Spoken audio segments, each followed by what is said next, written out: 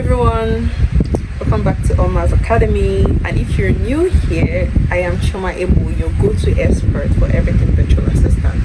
Today we're talking about an important but very overlooked aspect of travel booking, which is understanding your clients and your company policies. Did you know that business travel is not the same as vacation? Did you also know that booking business class for a business trip is not always the right decision? So what do you do like when a company gives you policies with little or no details? Well then, if you want to avoid costly mistakes and make smarter travel bookings, then stay tuned.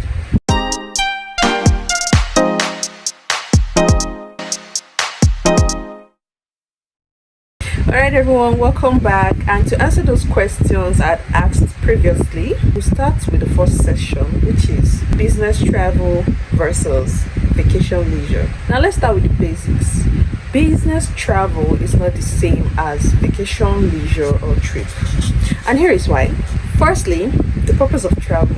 Business travels is focused on work-related activities such as meetings, conferences, or networking events. While vacation trip or leisure trip is focused on relaxation, sightseeing, and personal enjoyment.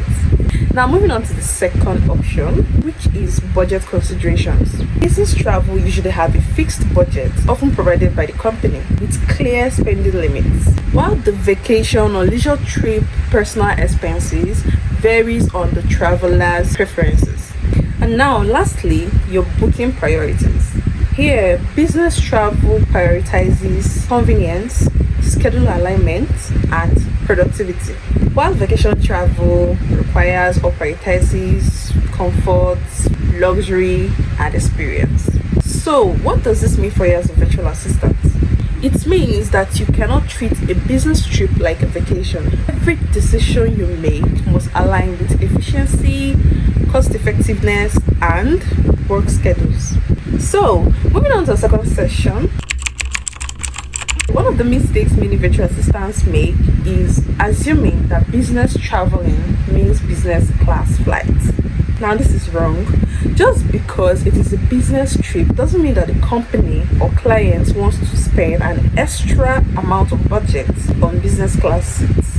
Some companies has strict traveling budgets and only approve the economy class, while some clients personally prefer the economy class even though they can actually afford the business class. However, some companies allow business class flights over a certain number of hours. So in this case, what should you do as a virtual assistant? You should always confirm with your client or check their company's travel policies before booking any flights. So don't ever assume. So moving on to our next session. Well, sometimes most companies give travel policies that are too broad or probably lack information or details. For example, a company might say we only approve reasonable flights and hotel expenses, stick to company's approved vendors, and follow our standard travel procedures. What does that even mean? Anyways, here is how to handle vague policies. First thing you do is to clarify with the HR or the client by asking specific questions such as what is the maximum budget per night for the hotels, are there preferred airlines or booking platforms, and lastly, what class of travel is allowed for flights.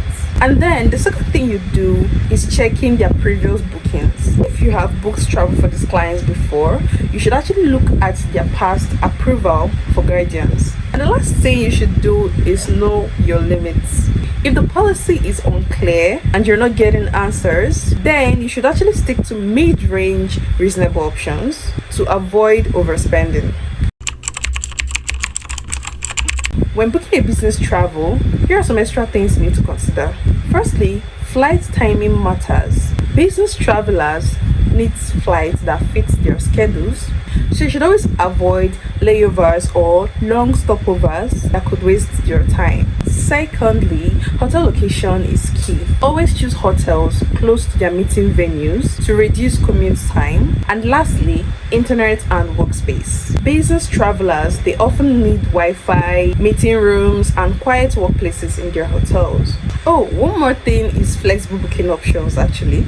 Business meetings can always change last minute, at any time. You should always choose flights and hotels that allows modifications or cancellations just in case. And that's it, guys. Now you know why business travel is different from leisure traveling, why you shouldn't assume business class for business trips, also how to handle vague company policies. Now if you found this video helpful, I would like you to hit that like button down there, subscribe and turn on the notifications so that you don't miss my next virtual assistant training.